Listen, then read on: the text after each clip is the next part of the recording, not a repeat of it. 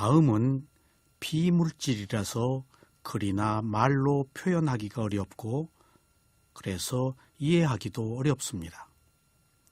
마음은 무지와 지혜로 구별됩니다.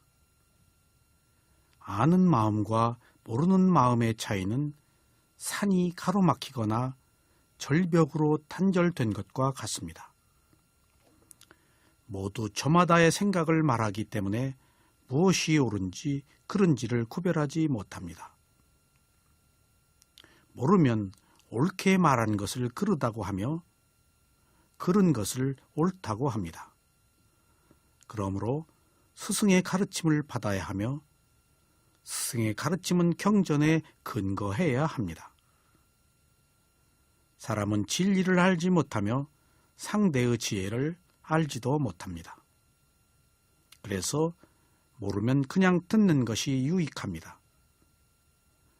모르는 것을 아는 것처럼 말하면 구업을 짓기 때문에 손실이 따릅니다. 그래서 몰라서 한 말을 잘못됐다고 알았을 때에도 자기 자신을 부정하는 것이라서 돌이키려고 하지 않습니다. 이것이 바로 모르는 마음입니다. 수행자 여러분, 지난 시간에 이어서 스님들이 탁발을 할 때 말씀을 계속해서 드리겠습니다. 마하나가테라라는 이름을 가진 장로 스님이 계셨습니다.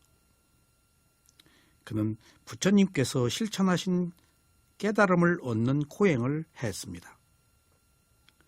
부처님께서 하신 엄격한 금욕주의 수행을 6년이나 했습니다. 그는 부처님을 모방해서 그는 마을로 갈 때, 돌아올 때 알아차리는 계율을 지키는 수행을 7년 동안이나 계속했습니다. 이 7년 동안 그는 오직 서 있는 자세만 취했습니다. 그는 눕지 않았습니다. 7년 후 이 계율을 16년간 더 계속해서 그는 모두 23년간 수행을 했습니다. 23년째 되는 해 연말에 그는 아라한과를 성취했습니다. 이것을 성취하기 위해서 그는 한 가지 일을 해야 했습니다. 마을로 탁발을 하러 갈 때 그는 말을 하지 않기 위해서 입에 물을 머금었습니다. 평신도들이 그 비구에게 경의를 표하면 비구는 무엇인가 말을 해야 합니다. 오래 사시기를 또는 행복하시기를 등 그는 이러한 말을 하는 것조차 원하지 않았습니다. 그 말 역시 수행의 대상을 놓치게 하기 때문입니다. 그래서 부주의하게 말을 하지 않으려고 그는 물을 입에 머물고 마을로 갔습니다. 누군가 질문을 하면 물을 삼킨 뒤 대답을 했습니다. 이렇게 하여 그는 마을로 가고 오면서 수행 주제를 지니고 다니는 계율을 지킬 수 있었고 23년째 되는 해 연말에 그는 드디어 아라한과를 성취할 수 있었습니다. 또 다른 예가 있습니다. 까람바 랜딩이라는 수행처에 사는 500명의 비구들이 있었습니다. 그들도 똑같은 계율을 실천했습니다. 그들은 마을로 들어갈 때 물을 입에 머금었습니다. 아무도 그들에게 질문을 하지 않으면 마을 입구에서 땅에 물을 뱉었습니다. 사람들은 땅에 있는 물의 작은 웅덩이를 보는 것만으로 오늘 5비구가 오셨다 또는 10분의 비구가 오셨다고 말하면서 얼마나 많은 비구들이 마을로 왔는지를 알 수 있을 정도였습니다. 이들 비구들은 단 3달 만에 아라한과를 성취했습니다. 그들은 3달 동안 계속되는 장마철을 수행처에서 보냈습니다. 그리고 3개월 끝에 또는 3개월 동안에 아라한과를 성취했습니다. 이러한 방법으로 오래전의 비구들은 영역에 대한 분명한 알을 실천하는 행위를 했습니다. 그들은 알아차림이 몸과 마음의 대상이란 영역에 항상 살았습니다. 탁발을 하러 마을에 갈 때와 사찰에 돌아올 때도 영역을 떠나지 않았습니다. 모두 영역 안에 있으면서 오고 가고 수행 주제를 지니는 계율을 실천했던 것입니다. 오고 가면서 수행 주제를 지닌 계율을 실천하는 마테라라는 이름을 가진 비구가 있었습니다. 어느 날 그가 수행처에 있는데 다른 비구들이 와서 질문을 했습니다. 그는 그에게 말을 해야 했습니다. 말하는 중에 알아차림이 없이 움직였습니다. 그는 몸을 뻗치거나 굽혔을 것입니다. 그렇게 했을 때 그는 알아차려야 한다는 것을 기억하고 바로 팔다리를 그 전의 지점에 놓으면서 멈춘 후 다시 천천히 움직였습니다. 다른 비구들이 그의 이러한 행동을 보고 무엇을 하느냐고 물었습니다.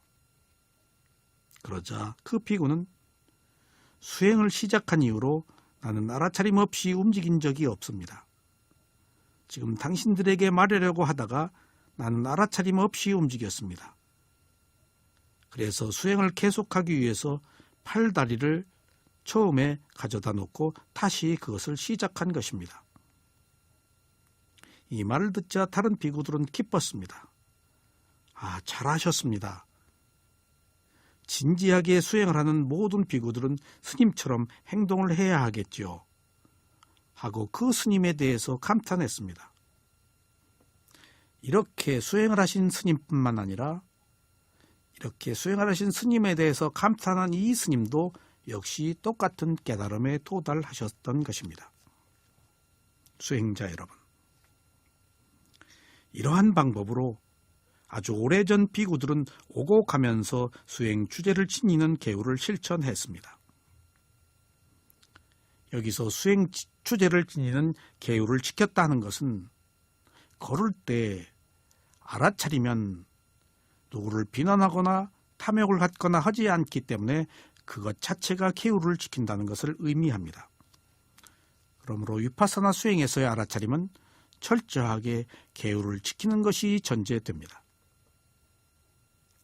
그들은 마을로 수행 주제를 지니고 가고 수행 주제를 수행처로 가지고 돌아왔습니다.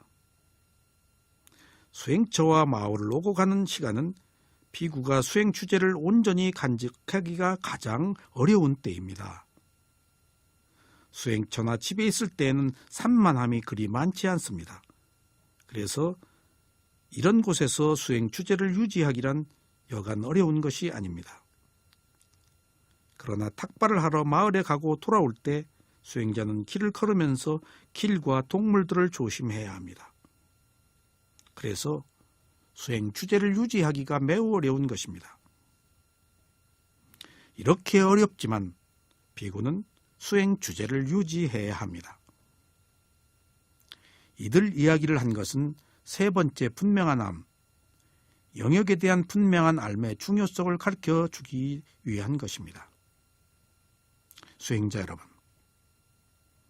네 번째 분명한 암은 미혹하지 않음에 대한 분명한 암입니다.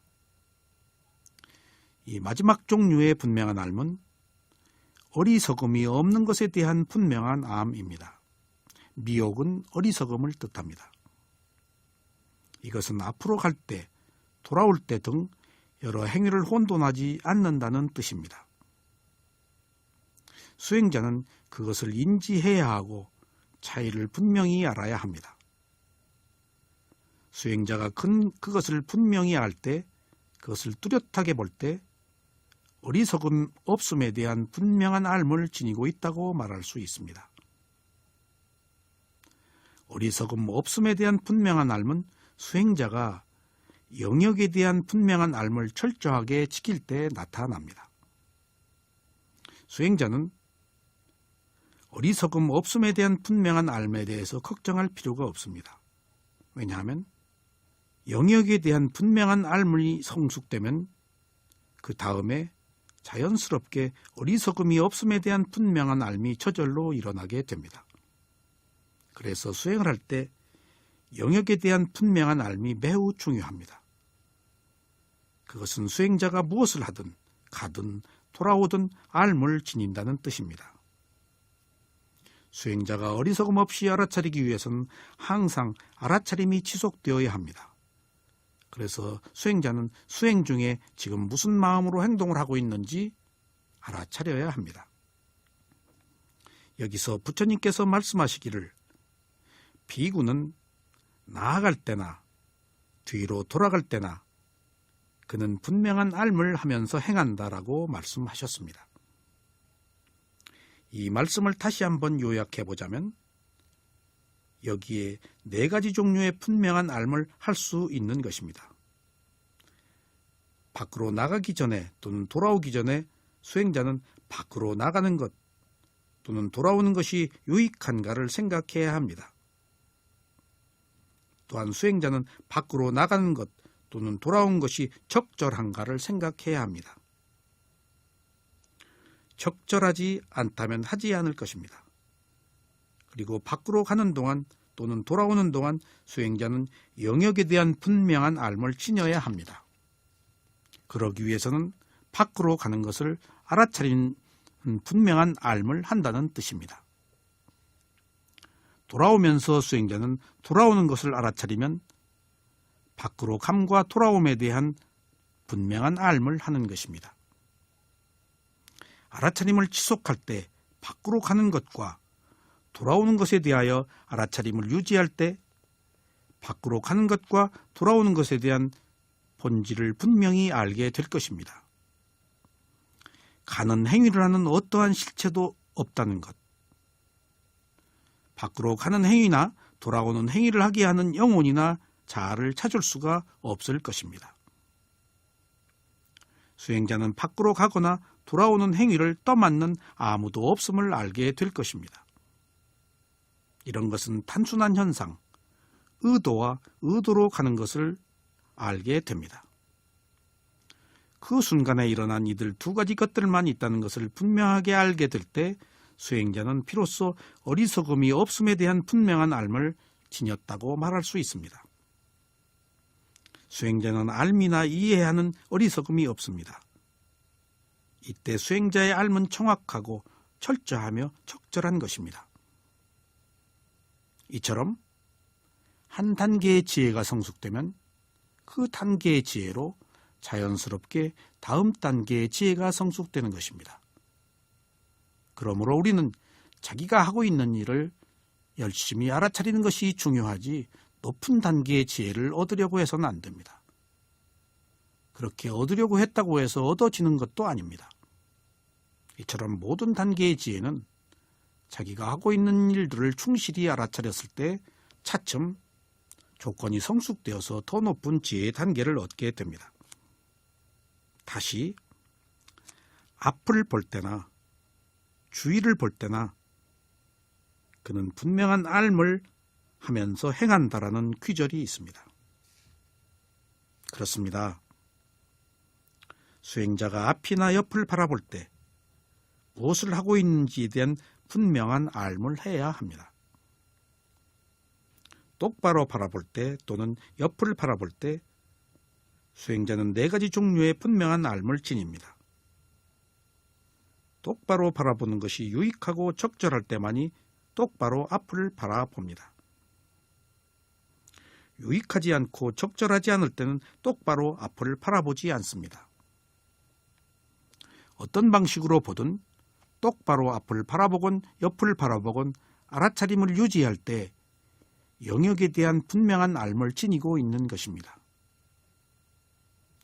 수행이 성숙해지면 똑바로 앞을 바라볼 때나 옆을 바라볼 때 오직 다음에 2가지 것만 있다는 것을 알게 됩니다. 마음과 몸, 즉 보려는 의도와 보는 행위, 그리고 보게 되는 몸, 이들 2가지 것만 있고 다른 영원한 실체가 없다는 것을 알게 됩니다. 수행을 하는 사람은 위를 보거나 아래를 보거나 뒤를 돌아보거나 하지 않기 쉽지만 위를 보건 아래를 보건 뒤를 보건 수행자는 분명한 알을 지녀야 합니다. 그렇기 때문에 경전에서 이들 동작에 대해서 특별히 말하지 않습니다. 그러나 위나 아래, 뒤를 바라볼 때 수행자는 분명한 삶을 지녀야 한다는 것을 알아야 합니다. 또 팔 다리를 구부리거나 펼 때도 그는 분명한 삶을 하면서 행한다라고 말씀하시고 있습니다. 수행자는 유익하고 적절할 때만 구부리거나 펴니다. 곤란한 순간 또는 곤란한 장소에서 구부리면 다치거나 알아차림을 잃을지도 모릅니다. 옛날에 적절하지 않은 곳에서 팔다리를 폈다가 뱀에 물린 비구가 있었습니다. 다른 비구는 발을 불에 놓아서 불에 태웠습니다. 수행자는 구부리거나 펴기 전에 그것이 유익한가 적절한가 검토해야 합니다. 분명한 삶을 지니면서 행동하면 의도가 있을 때 굽힘만 있다는 것을 알게 될 것입니다. 이때 오직 의도와 굽힘만 있지 다른 인격이나 자아가 없습니다. 그렇습니다. 이렇게 수행자들은 불필요한 동작을 일으켜서는 안 됩니다. 불필요한 동작을 일으킬 때는 탐욕이 생길 수가 있습니다. 그래서 동작 하나하나에 모두 알아차림이 있다면 그 동작을 일으키는 마음이 제어됨으로써 그 수행자는 고요함과 평화로움 그리고 지혜를 얻게 될 것입니다. 수행자의 행위는 단지 수행자의 행위로 그치지 않고 그의 마음이 행위를 하기 때문에 우리는 행위를 통해서 그것을 하게 한 마음을 알아차릴 수가 있습니다. 그러므로 수행자의 모든 행위는 반드시 알아차림과 분명한 삶이 함께 해야 되겠습니다.